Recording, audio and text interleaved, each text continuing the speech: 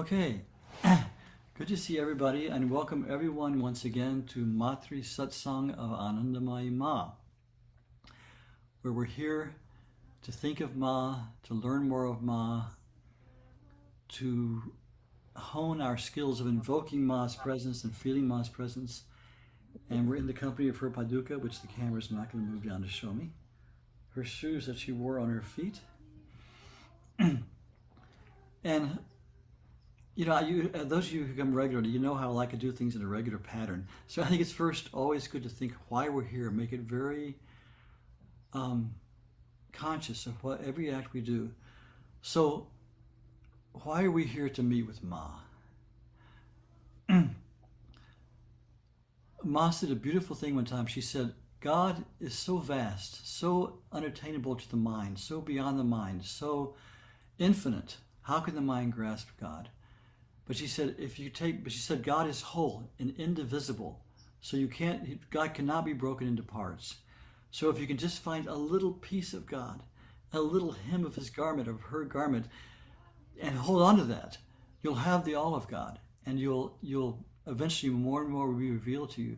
So for us, Ma is that little piece of God. On one level, there was no individual Anandamayi Ma. She accepted that name. When people called her Ma, she responded. But she was just pure divine consciousness incarnate. And so the more we hold to Ma, the more that perception of her will expand.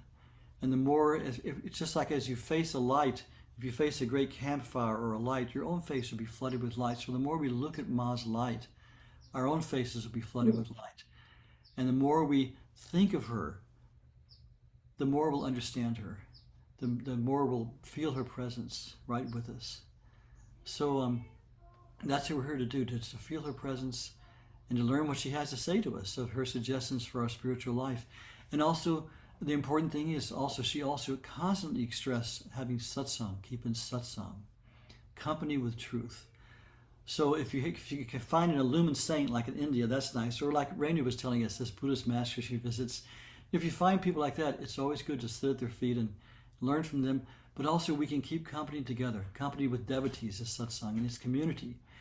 And it's been like a burning passion in my heart. For many years, I felt kindled by Ma to provide community for people who have come to Ma, that have been touched by Ma's grace. And so that's what we're trying to do here, is we're not only learning, we're having community together. So with that introduction, I want to see everybody and hear from everybody who's here.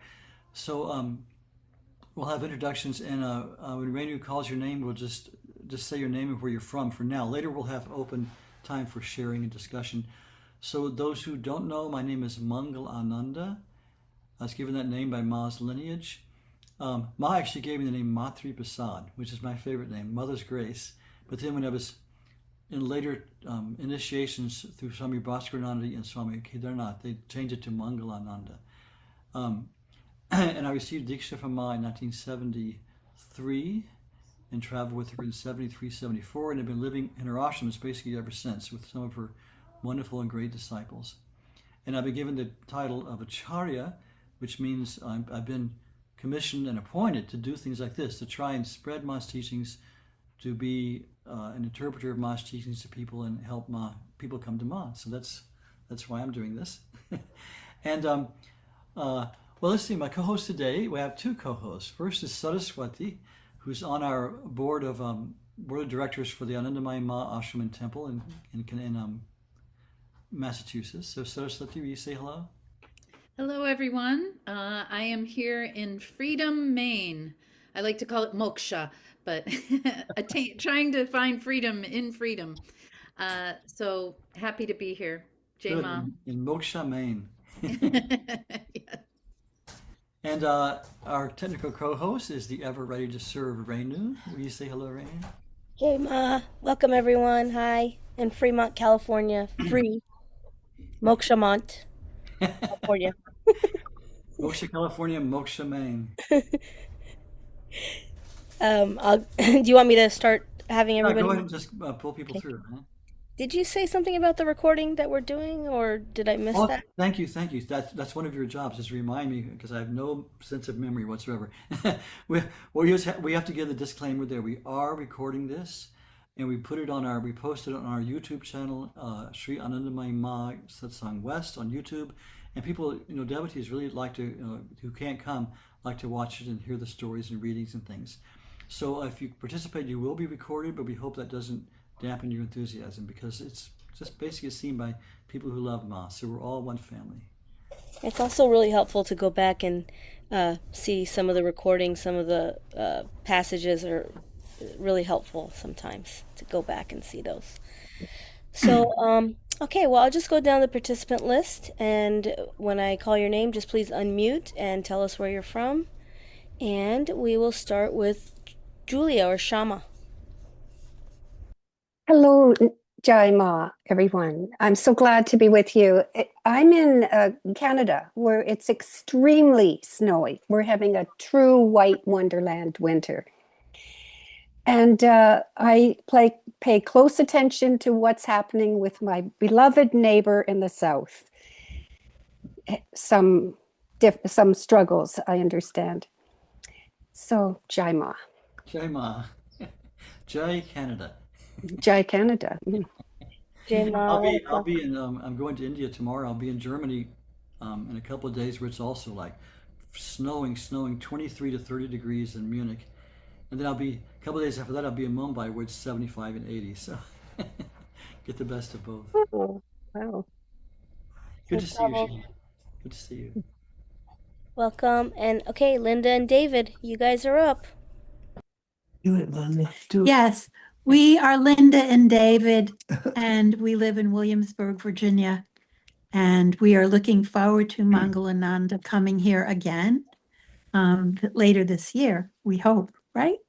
Yeah, we'll be there in November. And we enjoyed last time they came. So it seems like people are getting connected that live at distances, isn't it? Yeah. Yes, good to see Jai you. Ma, yeah. Jai Ma. It is true. I love that. I've met many people now in the Satsang I haven't met before, and different people have become friends that didn't know each other before. So it's really good. Yes, Gloria. Yeah, let's go ahead and introduce Gloria next because she's here. Hi guys, Jema. Hi, Gloria. Hey, Hi, Gloria. Like being home. Good to see everybody. good to see you. We are home. Yeah. I'm trying to move this screen up at the top. I don't know how to do it. Oh, there you go. But will we see you guys? Will we see you guys, Linda and David, in Virginia? Yeah. We're thinking so, yes. Right. Okay. Okay. Jai Ma. Jema. Jai Ma. Jai Ma. Jema, welcome all. Next we have Gabriel or Gabriel. You wish. Gabriel. That's okay. Jaima, I'm in Seattle and very glad to see you all. Good to see you too, Gabriel. Very nice. Thank you. Yeah. Welcome. And let's see here. Next we have Greg. J-Ma, everybody. My name is Greg, and I am in Rio Rancho, New Mexico. Good to see you, Greg. It's really warms my heart to see people who come every time, and really are faithful and show up. It's nice. This is community. Welcome, Jema, Greg. Welcome. And Isabel Costa is next. Hi, I'm Isabel. I'm from Toronto, Canada, and I'm glad to be here. This is my first time, and I'm just want to listen. Welcome, Isabel. Welcome, Jai Ma. Very, very happy to have you. Hey, welcome. Welcome to all of our Canadian neighbors. Yes. Kathleen Kirschner would be next. Kathleen from New Jersey. Happy to be here. Oh, good to see you, Kathleen. Jai Ma. Jema, welcome, Kathleen. And Lonnie is next. Jai Ma, this is Lonnie from Murfreesboro, Tennessee. Good to see you, Lonnie. Always. Lonnie. Jai Ma. Jema. Welcome, Lonnie. Michael Zeev is next, our neighbor to the, well, geographical neighbor. Hey, Ma. Michael from Sebastopol, Northern California.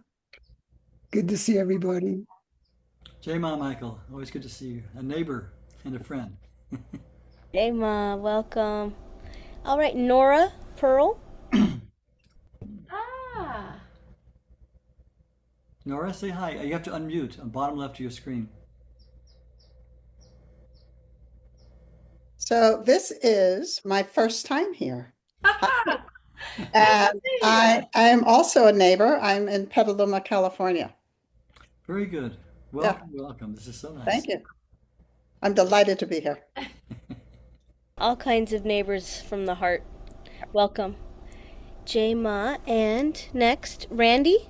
Maybe it's Randy Jordan. I can't tell yet. Hi, everybody.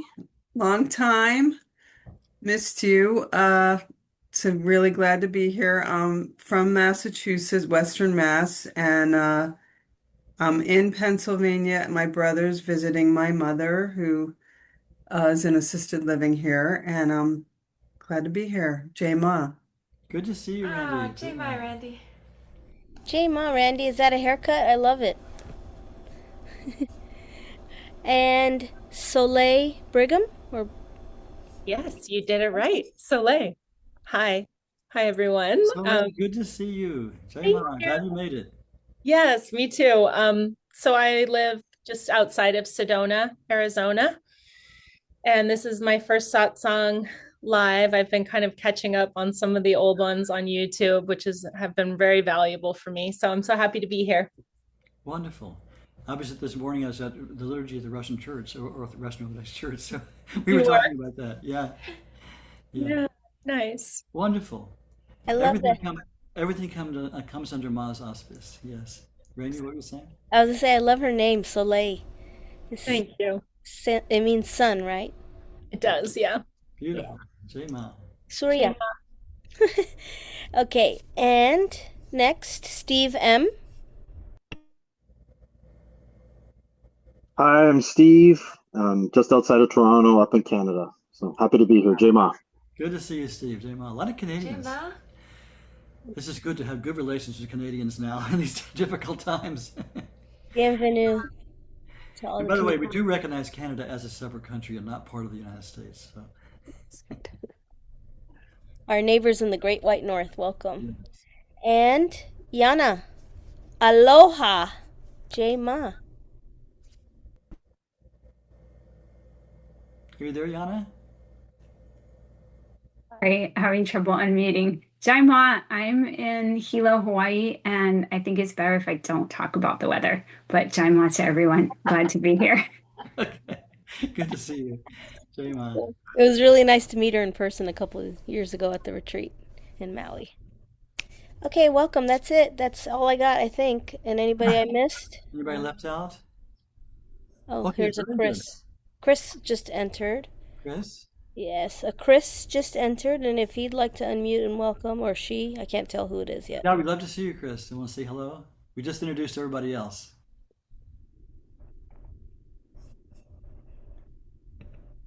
Okay, well, let's move on. Welcome, Chris. Jay Ma. Okay, like we always like to do, I like to read Ma's words of assurance that she is with us and that she is the source of inexhaustible blessing and guidance and power. And we know Ma is not just an historical figure. She lived on this earth and breathed the air we did, but she stepped out of eternity and still is in eternity. And so we can always contact her. And she's so much more than just a person that inspires us. She's a living force that we can really connect with and get such blessings from. So here's Ma's own words of assurance. She says, I am ever with each one of you, wherever you happen to be. But your vision is tied down to worldly matters and you have little time to direct your eyes to this body in your thoughts and actions. What can I do? So she wants us to direct our eyes to her in our thoughts and actions because we get blessings from that. But know it for certain that whatever you do in thought and deed, whether you are near or in distant lands, never escapes my loving attention. Just as at a flash of torchlight your faces gleam forth in their bold outlines, all your facial expressions appear in my mind. when you meditate on me or talk about me or sit down to pray to me. So in Ma's infinite divine consciousness, she's aware of each one of us at every moment. There's one saying that Gloria always likes. The self, the divine self of this body is the self of all. It cannot be that anyone, anywhere, is not Ma's very own.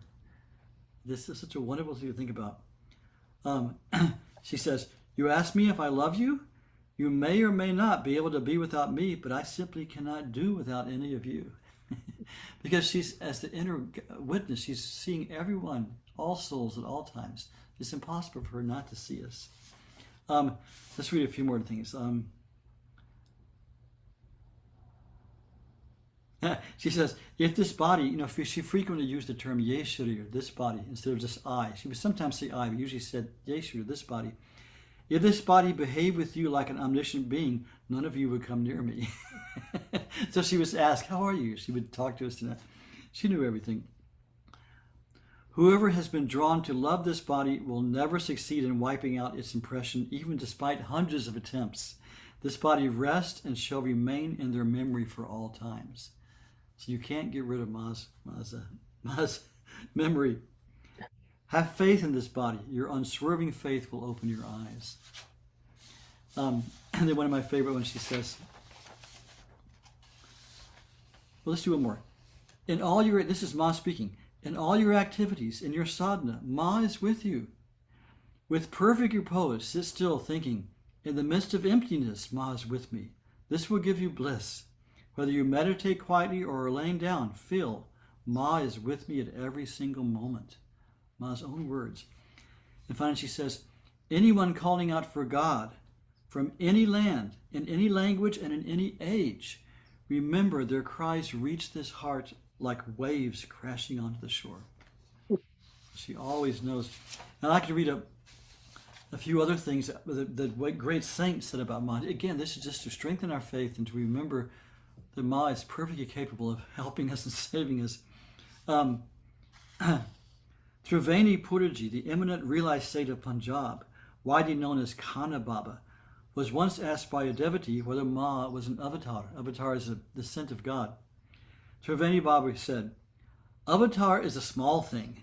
Ma is that, he used the word tat, is that from where the avatars incarnate.